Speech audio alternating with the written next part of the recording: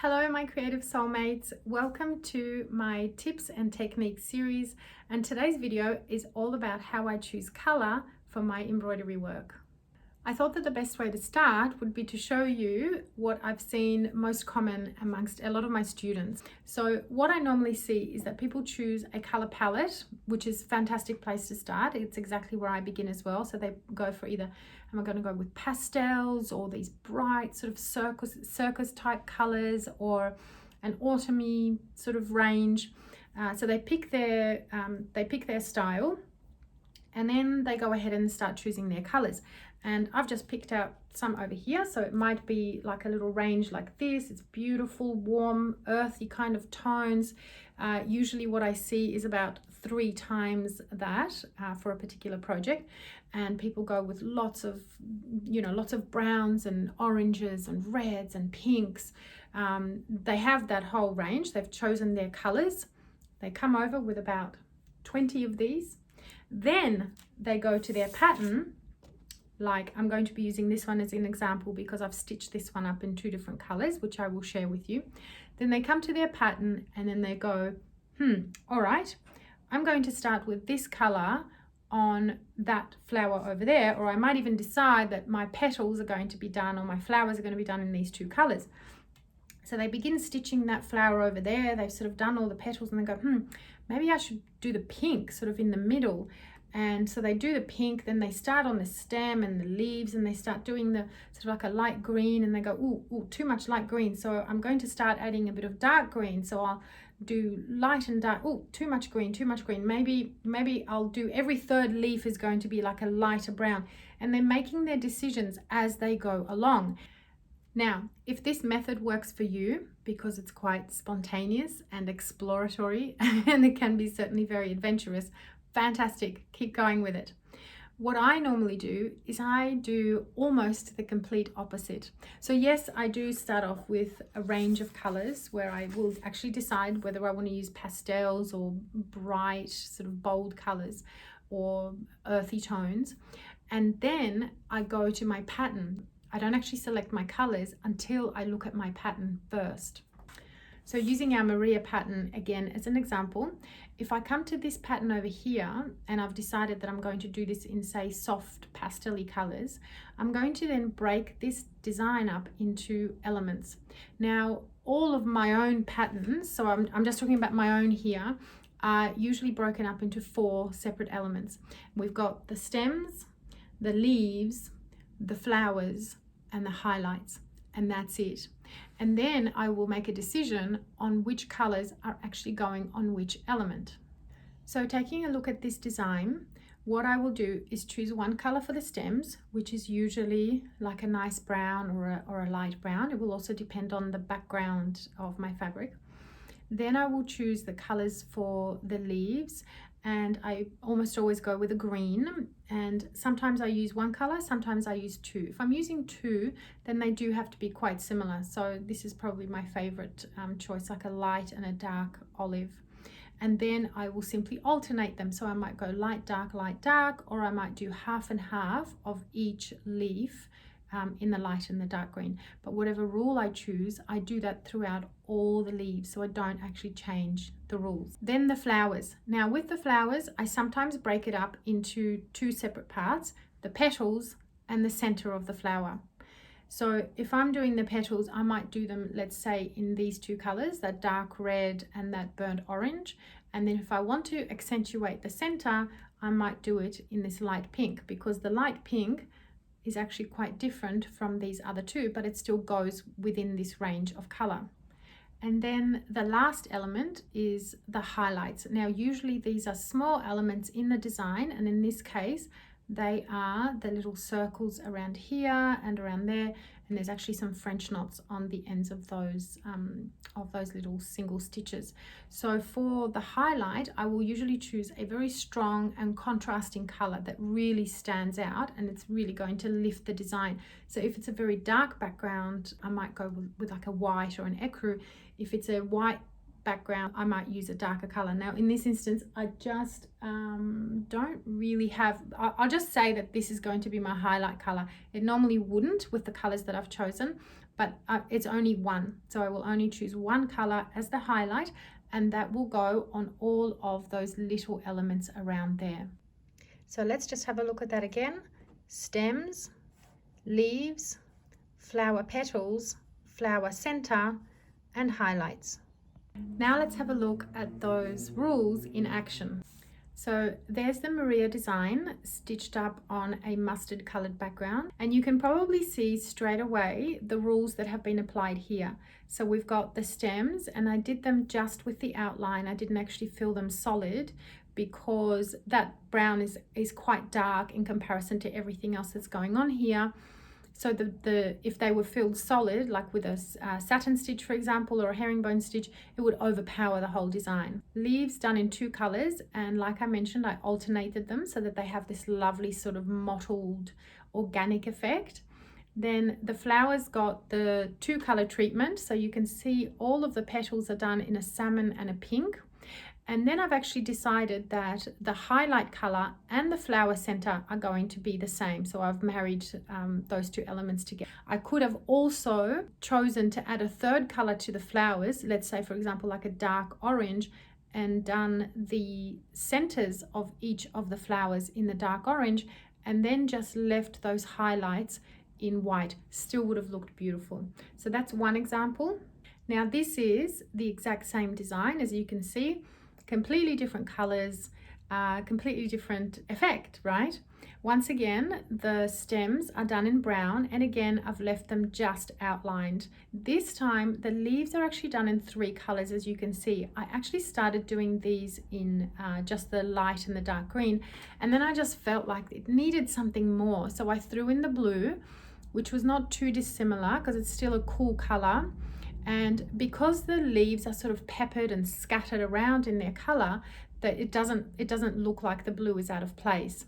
Now with the flowers, I used a pink and purple on the petals, and I threw in a dark orange as the center of the flower, and then I made that dark red as the highlight color. Now you might think that the dark red is not different enough from everything here, but it's strong enough against the background that it works well as a highlight color. Now I'm going to show you the exact same colors used, but on a totally different design. So this is the Rebecca. Get this kit with these exact same colors, which are the same colors as in the Maria, and all of the colors here, the reason that I actually chose them is because I can still see you, is because they all came from my hand-dyed linens. So all the colors of the linens match all the colors of the threads. Now, looking at this design here, you can see the rules straight away. We've got the stems, and I also include these little lines in there and the little lines up here as part of the stem family, if you like, so they get the exact same color, so you don't come up with that problem of, you know, you've done the main stems and you come up to here and you go, well, what color am I supposed to make those? If you decide what element they belong to, then you will just follow the same rule for the color for that particular element. Then we've got the leaves done in two colors again, alternating. The flowers the petals are done in two colors, like a light brown and an orange, and the centers are all done with that dark red. Now, as the highlight color, I've decided to do like a light blue, and you might think that it's probably not particularly strong. It certainly doesn't stand out, but the reason that I threw it in here is because it's actually very different to everything else that's going on here. The blue was sort of, well, kind of out of the blue, and I felt that it just suited the design perfectly. Plus, it goes beautifully against this purple tail on the bird. Now, the bird over here, you can see, is getting a completely different treatment. The bird is treated here as a separate element, so it doesn't belong to any of these, and that's why it needs to have its very own colors. In this case, I kept it really simple, and I just applied the pink and the purple. I didn't want to add too much color into the bird because there's already so much going on around here that the bird might get lost if I made it like super duper colorful. I got to use this arm because this one's starting to hurt holding it up. But you can also see that what's happened is because I've kept the bird really simple, it actually stands out more. So it doesn't mean that when you add more color and complexity, something's going to stand out. You can add less and it's actually going to stand out more, because what's happening here is we've created a contrast. Busy, not busy. I mean, color-wise, not necessarily stitch-wise. But a lot going on around the bird, and then he's like, pow, pink and purple, look at me. So that's the Rebecca design, but how beautiful does that look together? Exactly the same colors as on the Maria, and look at that, they look fantastic. Now I'm going to show you a design which is done on 2 different backgrounds but in exactly the same colors. So this is the Eva design, and you can see the rules coming up here straight away. We've got the stems, the leaves, the flowers, and the highlights, right? You can see that I've chosen 2 colors for the leaves, and I actually did these in like half and half, so light and dark green, and I added a little single stitch and a French knot on the end. Now the stems here are done in a solid stitch, so this is a herringbone, and the reason I felt that this design can carry that solid stitch is because the flowers are very, very strong. And the flowers here, only 2 colors, so that dark orange and that dark red, and then the highlight color is also used in the center of each of the flowers. Now look at this, exactly the same design and exactly the same colors, but a different background. Gotta lift up my arm again. And how different do these 2 look? The stitch colors are exactly the same, the design is exactly the same, but just the backgrounds are different. Now, one last thing I'm going to show you, because I don't want to overload you. I could go on and on about this for a long time and keep showing you loads more examples. We dive into this kind of color theory a lot more in depth in my online beginners embroidery course. So if you are interested in diving deeper into this and really taking your embroidery practice much further than where it is at the moment, then I highly encourage you and I invite you to join the online embroidery course.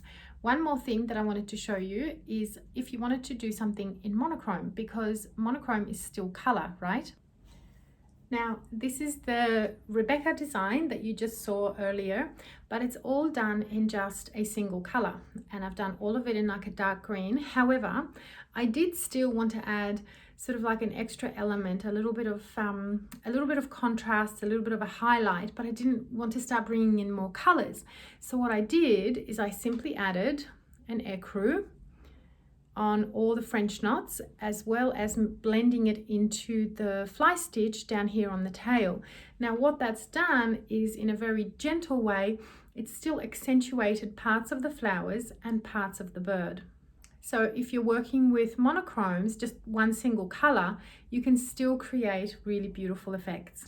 And one last example is this is the Olga design. This is one of the downloadable PDFs, and this one is also done, well, mainly in white, but I also added a dark brown, and you can probably see that I actually did create a rule of where the dark brown is going to sit.